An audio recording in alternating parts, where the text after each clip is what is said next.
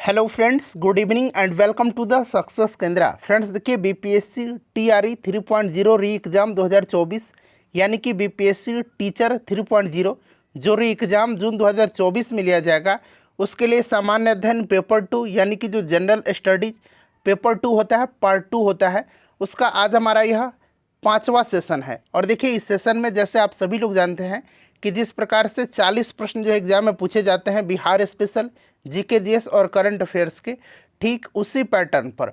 और अभी जो एग्ज़ाम हुआ था बीपीएससी टीआरई 3.0 का जो रद्द हो गया था, उसमें जो पैटर्न था, उसमें जो प्रश्नों का लेवल था, उसी पैटर्न और लेवल पर आधारित इस सेशन में हम लोग महत्वपूर्ण प्रश्नों को डिस्कस करते हैं। फ्रेंड्स, बड़ा ही इंपॉर्टेंट यह सीरीज है आपके लिए। अगर आपने इससे पहले वाला सेशन नहीं देखा है तो ज़रूर देख लीजिएगा। इन सभी का लिंक आपको सेशन का डिस्क्रिप्शन बॉक्स में मिल जाएगा। मैंने इन सब का प्लेलिस्ट बना दिया हुआ है। अगर आप चैनल पर पहली बार विजिट कर रहे हैं तो चैनल को सब्सक्राइब कर लीजिए और जो बगल में बेल आइकन है, घंटी का निशान है, उसको भी ज़रूर दबा लीजिएगा, ताकि जब भी बीपीएससी टीचर भर्ती परीक्षा 2024 से संबंधित कोई भी इम्पोर्टेंट वीडियो अपलोड किया जाए तो उसका नोटिफिकेशन सबसे पहले आपके पास पहुंच जाए।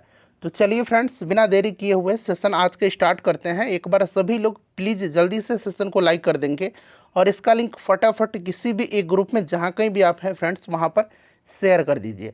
एक बार सभी लोग सेशन को लाइक कर देंगे फ्रेंड्स। चलिए फ्रेंड्स, अब हम लोग सेशन आज का स्टार्ट करते हैं।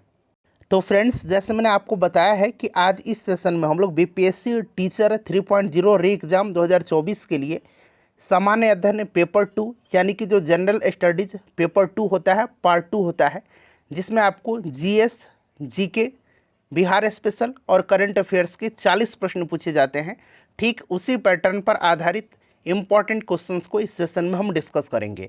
और इस बार जो बीपीएससी टीआरई 3.0 हुआ था, जो रद्द हो गया था, उस एग्ज़ाम में जिस लेवल के और जिस पैटर्न पर प्रश्न पूछे गए थे, वही लेवल और वही पैटर्न पर आधारित महत्वपूर्ण प्रश्नों को, इम्पॉर्टेंट क्वेश्चंस को इस सेशन में हम लोग डिस्कस करेंगे। तो चलिए शुरू करते हैं। एक बार सभी लोग एक बार फटाफट सेशन को लाइक कर देंगे।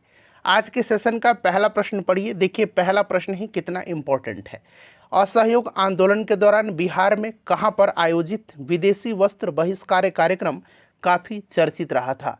बताएंगे सभी लोग। इसका आंसर क्या होगा? आंसर सबको कमेंट करना है। और देखिए फ्रेंड्स, आंसर कमेंट करेंगे तो बेहतरीन तरीके से आपका रिवीजन होते चलेगा, इसलिए सब लोग आंसर ज़रूर कमेंट करिए।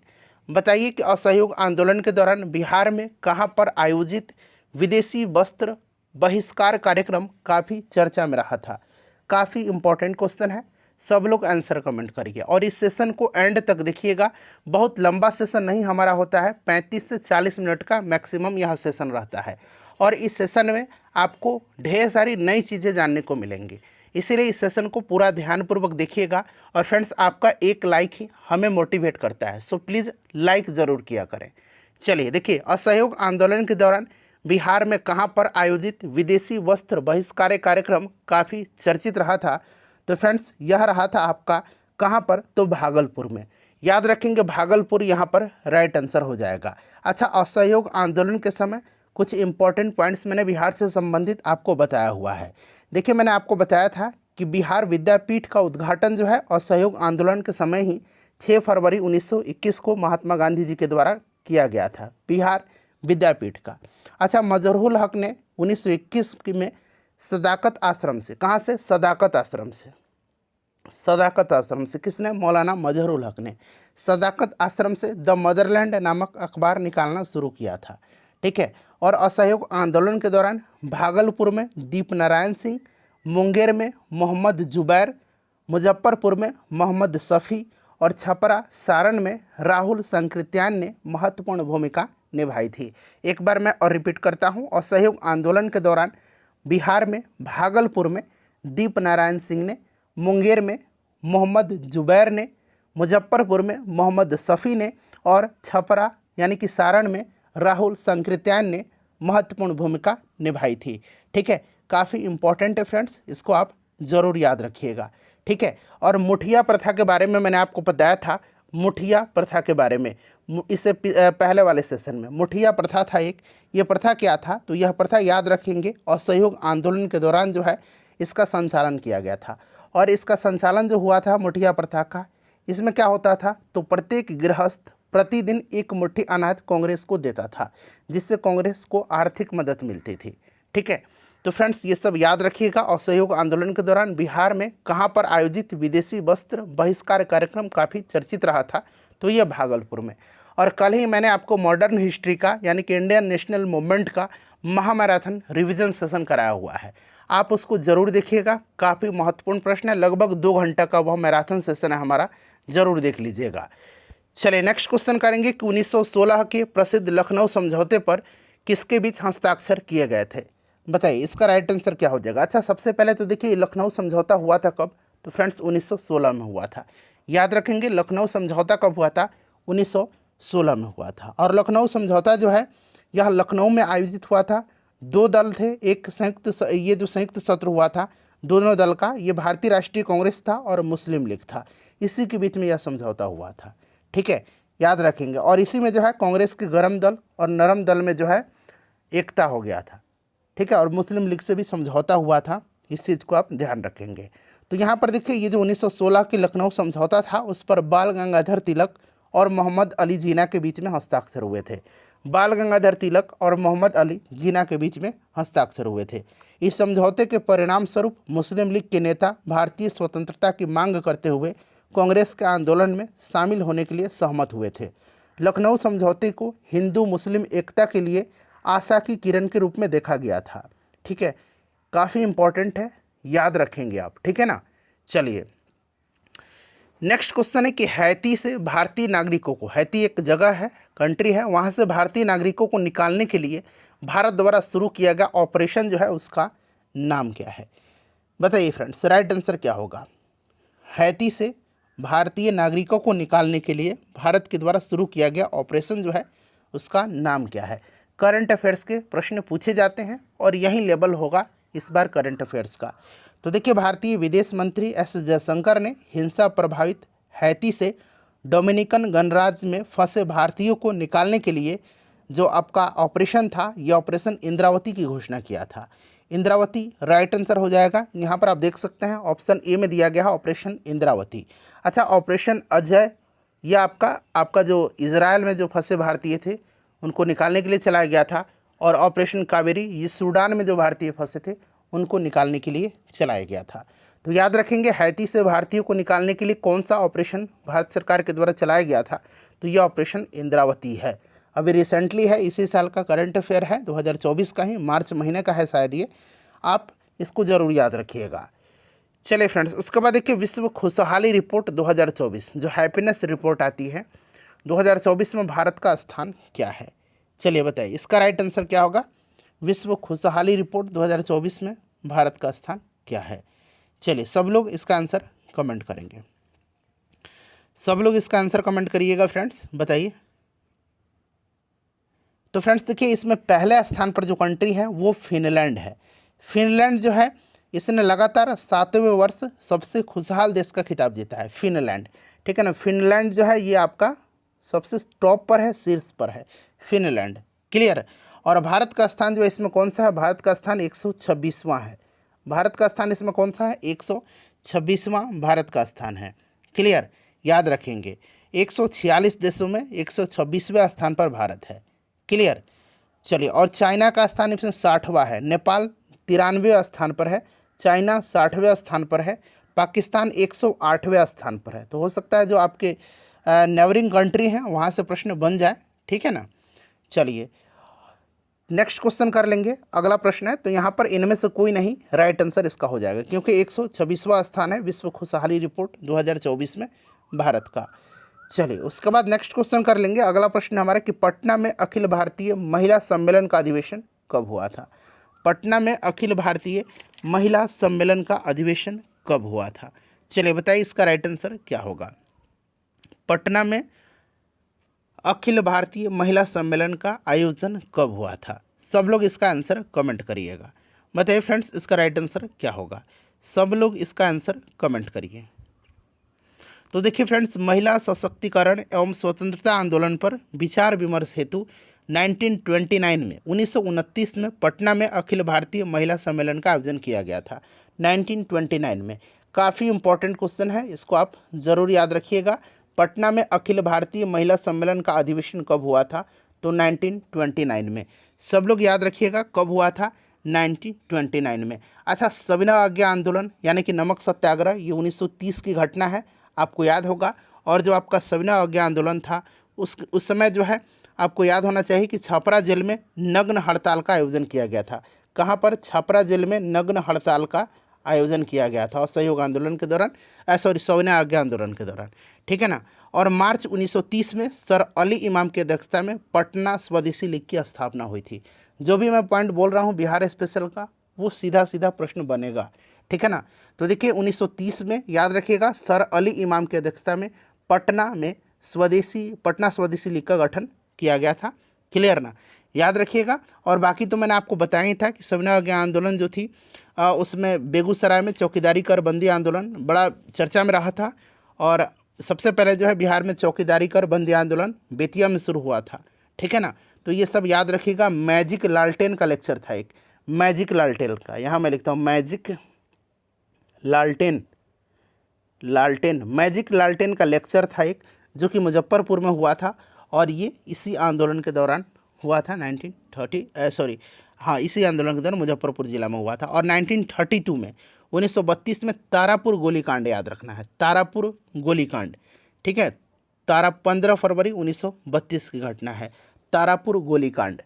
ऑप्शन यहाँ पर बी राइट आंसर हो जाएगा, इसको ध्यान रखिएगा। पटना में अखिल भारतीय महिला सम्मेलन का अधिवेशन कब हुआ था? तो 1929 में। चलिए फ्रेंड्स, सेशन पसंद आ रहा है तो प्लीज़ एक बार लाइक कर दीजिए। देखिए, बहिष्कार और स्वदेशी आंदोलन के लिए कार्य करने के लिए गोल्डन लीग नामक संस्था का गठन देवघर में कब किया गया था? अब देखिए यहाँ से प्रश्न जो है आपको दो तरीके से पूछा जा सकता है। एक तो प्रश्न बनेगा कि बहिष्कार और स्वदेशी आंदोलन के लिए कार्य करने के लिए ये गोल्डन लीग जो था, गोल्डन लीग नामक संस्था का गठन कहाँ पर किया गया था? तो इसका गठन किया गया था देवघर में, ठीक है ना। देवघर में याद रखिएगा गोल्डन लीग का गठन किया गया था बहिष्कार और स्वदेशी आंदोलन के लिए कार्य करने के लिए। और इसका गठन कब किया गया था ये भी आपको याद रखना है। तो बताइए इसका गठन कब किया गया था? तो देखिए फ्रेंड्स, 1904 में जो है अंग्रेज़ों का बहिष्कार करने और बिहार में स्वदेशी आंदोलन को आगे बढ़ाने के उद्देश्य से देवघर, जो कि अब आपका झारखंड में पड़ता है ना, ठीक है ना, द गोल्डन लीग की स्थापना वहाँ पर किया गया था। तो 1904 में देवघर में, याद रखिएगा, क्लियर, द गोल्डन लीग का गठन किया गया था। चलिए फ्रेंड्स, उसके बाद देखिए किस देश का सर्वोच्च पुरस्कार ऑर्डर ऑफ ड्रूक ग्याल्पो, इस पुरस्कार का नाम जरा याद रखिएगा, थोड़ा सा डिफिकल्ट है बट आपको याद रखना है। क्या नाम है कि ऑर्डर ऑफ द यहाँ पर लगा दीजिए, order of the Druk Gyalpo. Order of the Druk Gyalpo किस देश का सर्वोच्च पुरस्कार है जिसे हाल ही में प्रधानमंत्री नरेंद्र मोदी को सम्मानित किया गया है? बताइए फ्रेंड्स, इसका राइट आंसर क्या होगा? तो देखिए, ये प्रधानमंत्री नरेंद्र मोदी को जो है भूटान का सर्वोच्च नागरिक पुरस्कार है order of the Druk Gyalpo, इससे सम्मानित किया गया है। और प्रधानमंत्री ऐसे पहले गैर भूटानी व्यक्ति बन गए हैं, ठीक है ना, जिनको यह पुरस्कार दिया गया है। गैर भूटानी बन करके इन्होंने इतिहास रच दिया है। तो यहाँ पर देखिएगा ये भूटान का सर्वोच्च नागरिक पुरस्कार है, ठीक है ना, इसको आप याद रखेंगे, बड़ा इंपॉर्टेंट क्वेश्चन है, ठीक है ना। चलिए उसके बाद चलिए नेक्स्ट क्वेश्चन है, अगला प्रश्न कर लेंगे कि निम्नलिखित में से कौन खैरवार आंदोलन 1874-75 का नेता था? खैरवार आंदोलन आपको याद रखना है 1874, इतना आप जरूर याद रखिएगा, 1874, 1875, 1874-75 खैरवार आंदोलन, या इस तरह से आपको खरवार आंदोलन भी मिलेगा, ठीक है ना। खरवार आंदोलन या खैरवार आंदोलन इस तरह से आपको मिल जाएगा। तो आप घबराइएगा मत, याद रखिएगा, ठीक है ना फ्रेंड्स, काफ़ी इम्पॉर्टेंट है। और ये जो खरवार आंदोलन है इसको सफाहर आंदोलन के नाम से भी जाना जाता है, सफाहर आंदोलन के नाम से भी इसको जाना जाता है, ठीक है ना, इसको आप याद रखिएगा। अब बता दीजिए, सफाहर आंदोलन आपने पढ़ा होगा, खैरवार आंदोलन हो सकता है आपको शब्द नया मिला हो, लेकिन सफाहर आपने निश्चित रूप से पढ़ा है। बताइए इसके नेता कौन थे? तो देखिए इसके नेता जो थे ये भागीरथ मांझी थे, भागीरथ मांझी राइट आंसर हो जाएगा, याद रखिएगा, भागीरथ मांझी करेक्ट आंसर इसका हो जाएगा। इस आंदोलन का नेतृत्व भागीरथ मांझी ने किया था और इस आंदोलन का उद्देश्य प्राचीन मूल्यों और जनजातीय परंपराओं को पुनः स्थापित करना था, ठीक है। आंदोलन के प्रति पूर्ण समर्पण वाले सफाहोर तथा उदासीन लोग बाबाजिया कहलाए थे। ठीक है ना, बाबाजिया कहलाए थे, बाबाजिया, बाबाजिया कहलाए थे, सफ़ा और या बाबाजिया कहलाए थे। चले, तो ये भागीरथ मांझी यहाँ पर राइट आंसर हो जाएगा। अगला प्रश्न है कि मद्रास महाजन सभा की स्थापना किस वर्ष किया गया था। मद्रास महाजन सभा की स्थापना जो है यह किस वर्ष किया गया था। चलिए बताएंगे इसका राइट आंसर फ्रेंड्स क्या होगा। मद्रास महाजन सभा की स्थापना जो है यह किस वर्ष किया गया था। सब लोग इसका आंसर कमेंट करिए कि मद्रास महाजन सभा का स्थापना किस वर्ष किया गया था। चलिए बताइए मद्रास महाजन सभा की स्थापना जो है यह किस वर्ष हुआ था। सब लोग आंसर कमेंट करिएगा, इसका राइट आंसर क्या होगा। सब लोग आंसर कमेंट करिए। देखिए आंसर कमेंट करने से क्या होगा कि जो आप हमने पढ़ा, पहले लोग कहते थे ना कि जो चीज़ें हम लोग लिख कर के पढ़ते हैं वो चीज़ें हमें लंबे समय तक याद रहती है। इसीलिए मैं आपसे कहता हूँ कि आप कमेंट करिए, कमेंट करिएगा तो वो चीज़ें आपको लंबे समय तक याद रहेंगी। ठीक है ना। चलिए मद्रास महाजन सभा की स्थापना जो हुआ था ये किया था किसने, तो बी राघवाचारी, जी सुब्रमण्यम और पी आनंद चार्लू ने। ठीक है ना।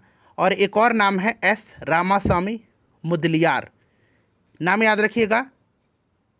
1884 में बी राघवाचारी, जी सुब्रमण्यम, पी आनंद चार्लू और एस रामास्वामी मुदलियार ने। कब, तो 1884 में। ऑप्शन नंबर यहाँ पर सी राइट आंसर हो जाएगा, option number C correct answer होगा। चलिए अगला प्रश्न कर लेंगे अब। नेक्स्ट क्वेश्चन है कि सुंडा ट्रेंच किस महासागर में अवस्थित है।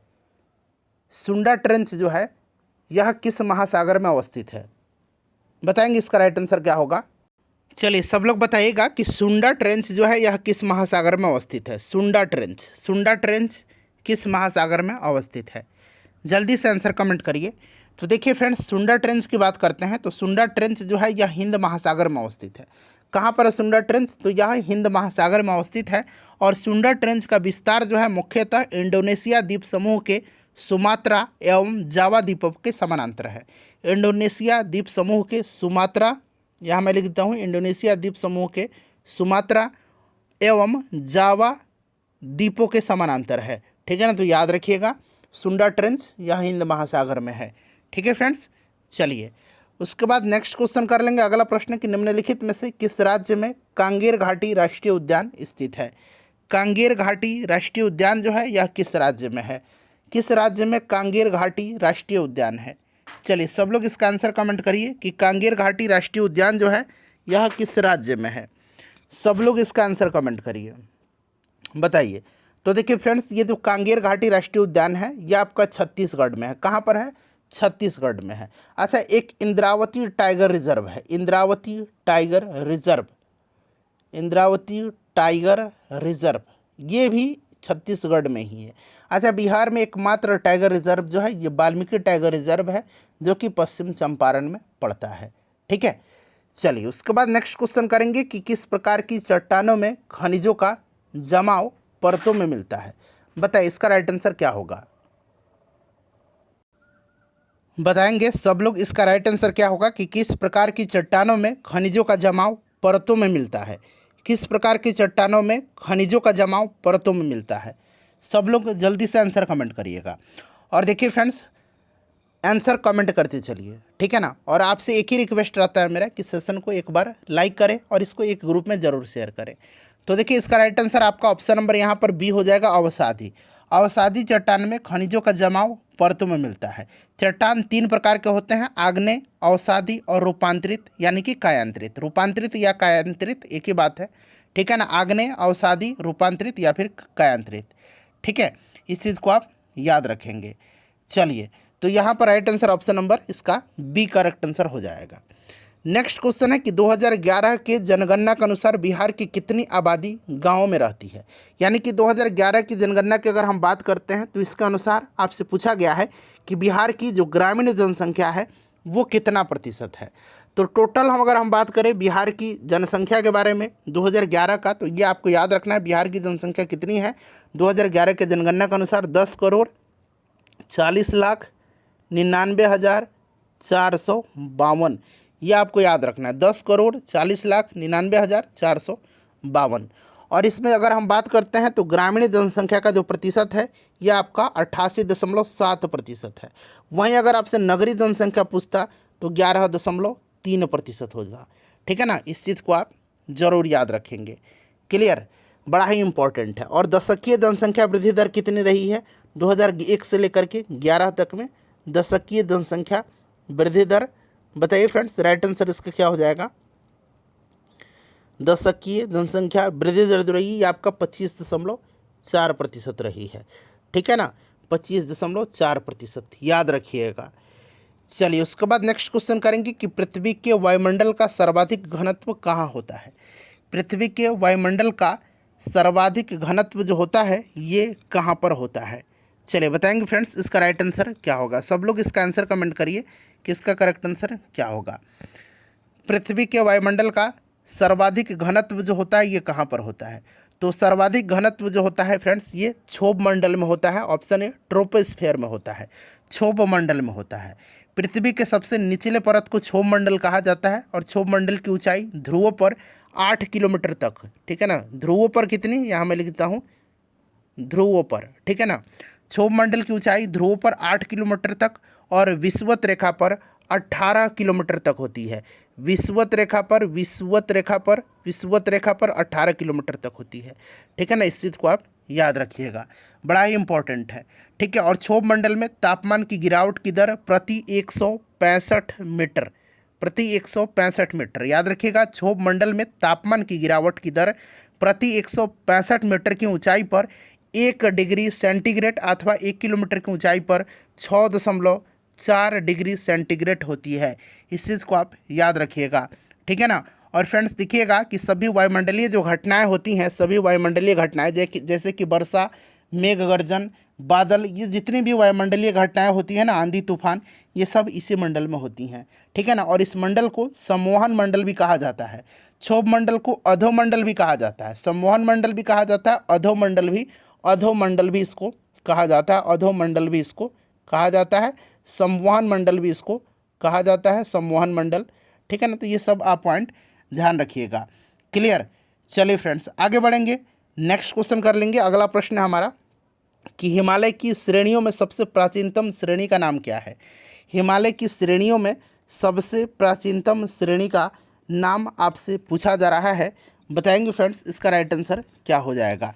सब लोग इसका आंसर कमेंट करिए कि राइट आंसर इसका क्या होगा। सब लोग इसका आंसर कमेंट करिएगा। हिमालय की जो श्रेणी है उनमें सबसे प्राचीनतम श्रेणी का नाम क्या है? सब लोग इसका आंसर कमेंट करिएगा। चलिए देखिए, हिमालय की श्रेणियों में बृहत हिमालय जो है, बृहत हिमालय श्रेणी यह सबसे प्राचीनतम श्रेणी है। ठीक है ना, और शिवालिक श्रेणी जो है सबसे नवीनतम हिमालय का भाग है। शिवालिक श्रेणी जो है यह सबसे नवीनतम हिमालय का भाग है। ठीक है, चलिए यहाँ पर मैंने बताया था आपको बृहत हिमालय श्रेणी जो होगा यह सबसे प्राचीनतम श्रेणी है, याद रखिएगा। ठीक है, चलिए नेक्स्ट क्वेश्चन कर लेंगे फ्रेंड्स। और ट्रांस हिमालय का अंतिम रूप में उत्थान जो हुआ था ये क्रिटेशियस टर्शियरी काल तक हुआ था, इसे भी आप याद रखेंगे। ठीक है, नेक्स्ट क्वेश्चन है कि निम्नलिखित में से कौन भारतीय राष्ट्रीय कांग्रेस का स्थापना अधिवेशन में उपस्थित नहीं था? बताइए, भारतीय राष्ट्रीय कांग्रेस का जो स्थापना अधिवेशन था उसमें उपस्थित कौन नहीं थे? चलिए बताइए, इसका राइट आंसर क्या हो जाएगा। सब लोग इसका आंसर कमेंट करिएगा।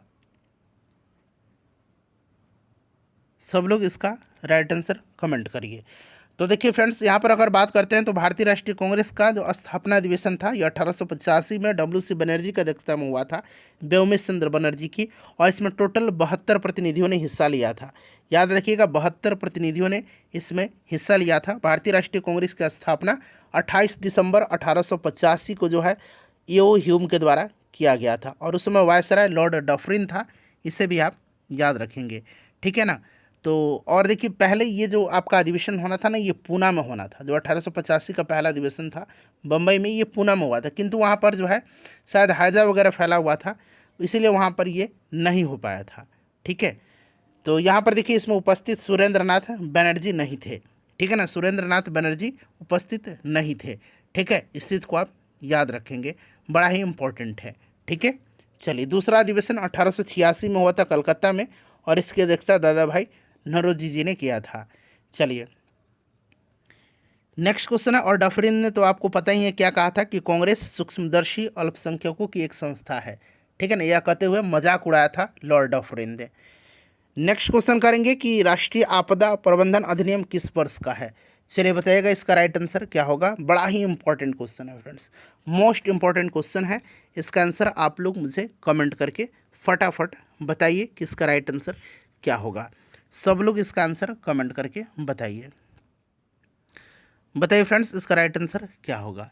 बड़ा ही इंपॉर्टेंट क्वेश्चन है, बताएंगे इसका राइट आंसर क्या हो जाएगा। क्या प्रश्न है कि राष्ट्रीय आपदा प्रबंधन अधिनियम किस वर्ष का है, यानी कि राष्ट्रीय आपदा प्रबंधन अधिनियम जो है इसकी स्थापना कब हुई थी, यही तो शायद आपसे पूछा जा रहा है।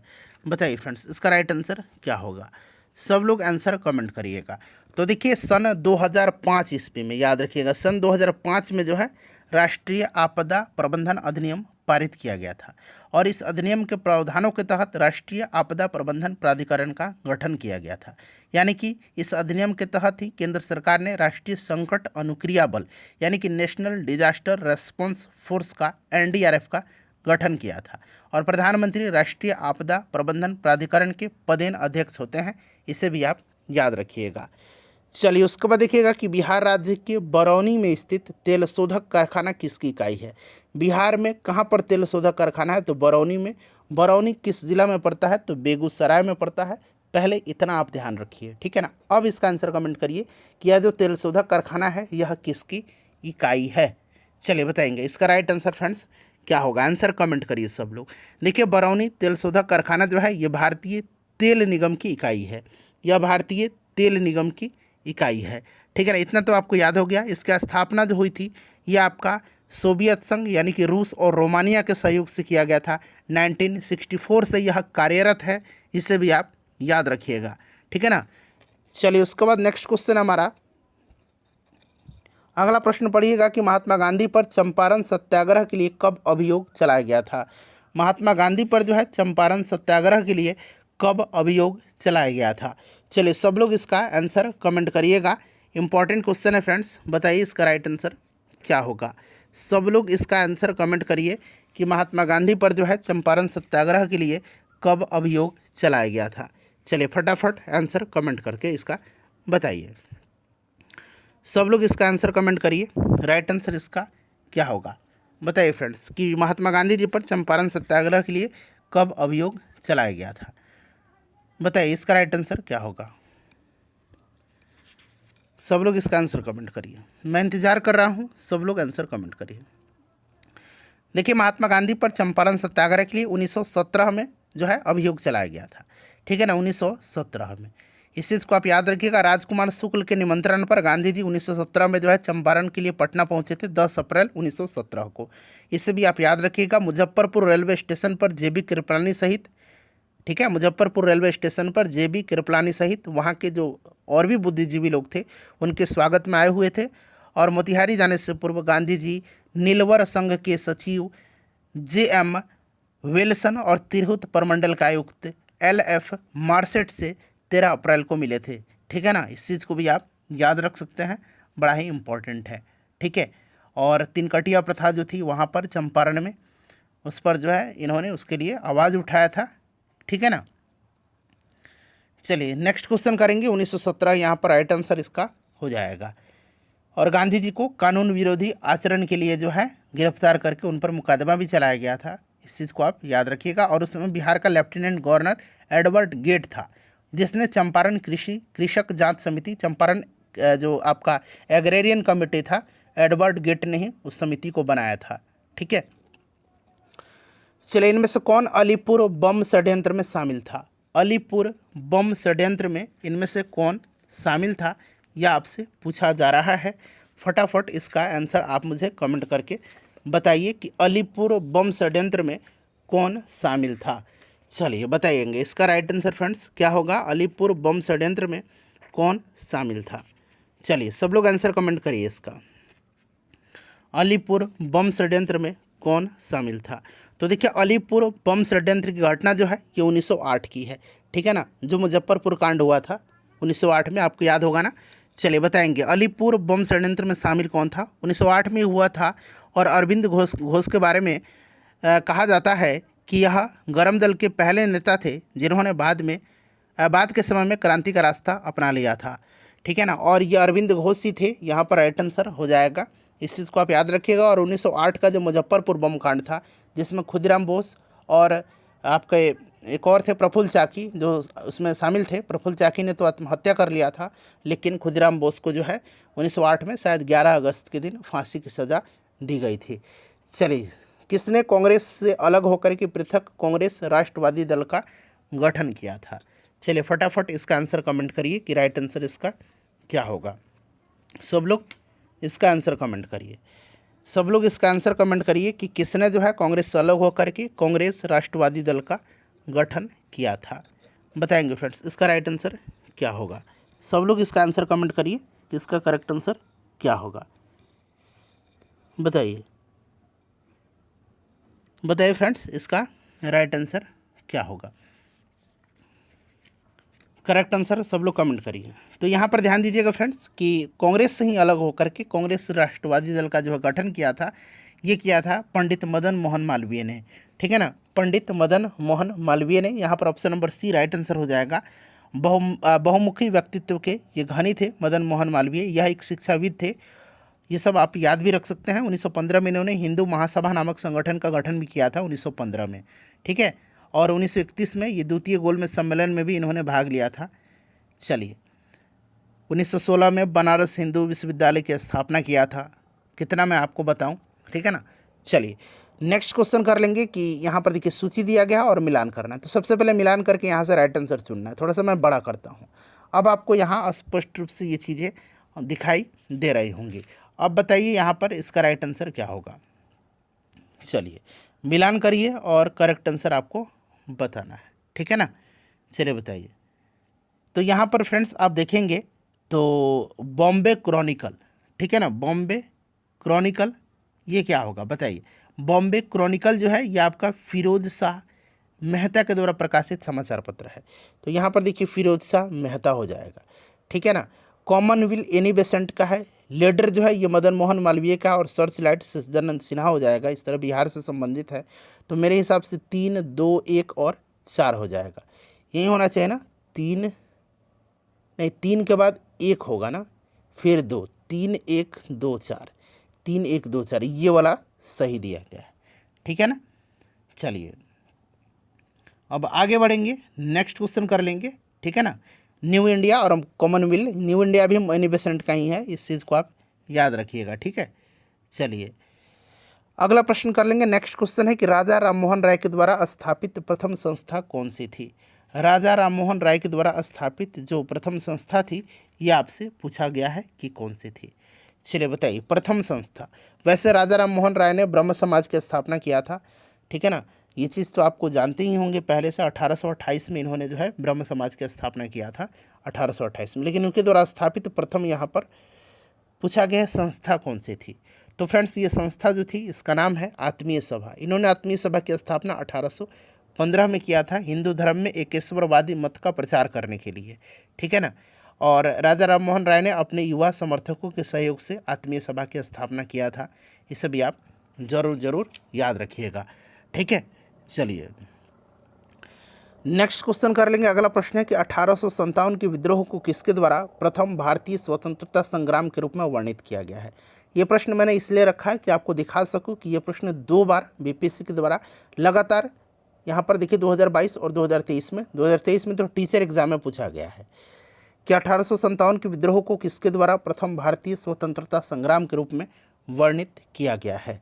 बताइए फ्रेंड्स इसका राइट आंसर क्या होगा। इसका आंसर क्या होगा, सब लोग आंसर कमेंट करिए फटाफट। इसका आंसर कमेंट करिए कि इसका राइट आंसर क्या होगा। चलिए बताइएगा इसका राइट आंसर क्या होगा। बताइए, आसान प्रश्न है, आंसर कमेंट करके बताइए। और ये प्रश्न जो है ना इसका आंसर आप लोग मुझे कमेंट करके बताइएगा, ठीक है ना। इस प्रश्न का आंसर आप लोग मुझे कमेंट करके बताइएगा। ये आपके लिए प्रश्न, एक प्रश्न आपके लिए मैं रखता हूँ, इसका आंसर आप लोग मुझे कमेंट करके बताइए। चलिए उसके बाद देखिएगा कि करजन वायली की हत्या के आरोप में किसे मृत्युदंड दिया गया था।